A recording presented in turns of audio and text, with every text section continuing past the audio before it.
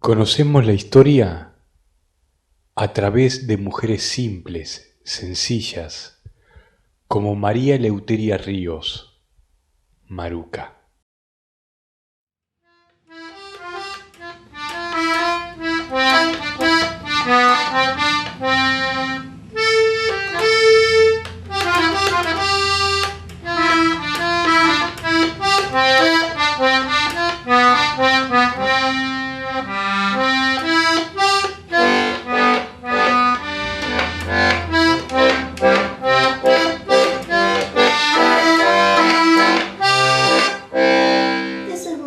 Vieja y no me acuerdo cómo se llama.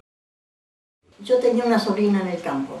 Entonces, pariente de Médano me dice, dice, allá hay un vecino que tiene un acordeón y la quiere vender y la vende barato, dice.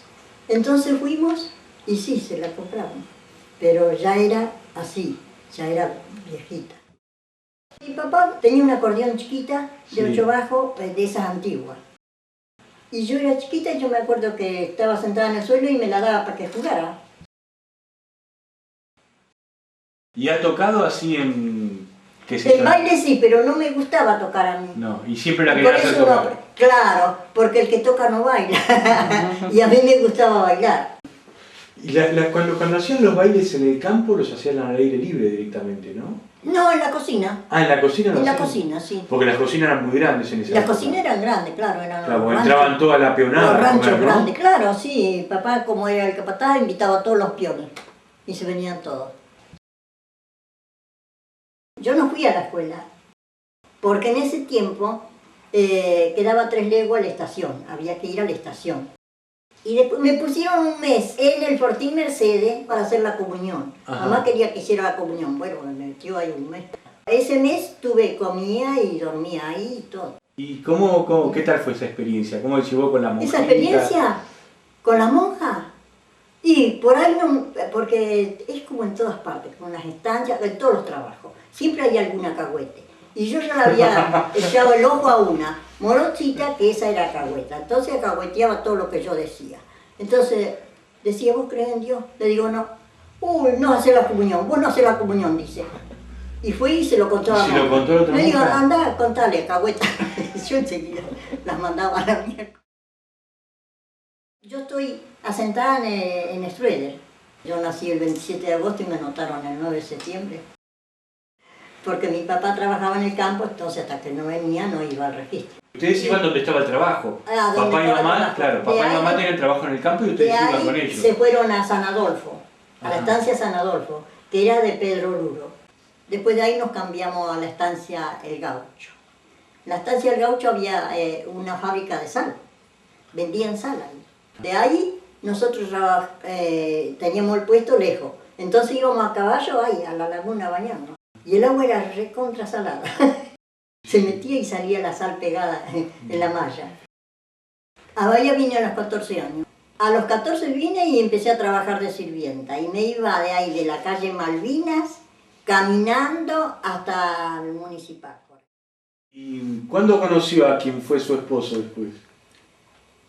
No, él lo conocí cuando vine porque era el carnicero que traía la carne. Acá había panadero y había lechero también. Pero iban a las casas. Y venían a las casas. El carro lechero venía acá, todo, el panadero también. Y eran conocidos todos. ¿Y ahí lo conoció?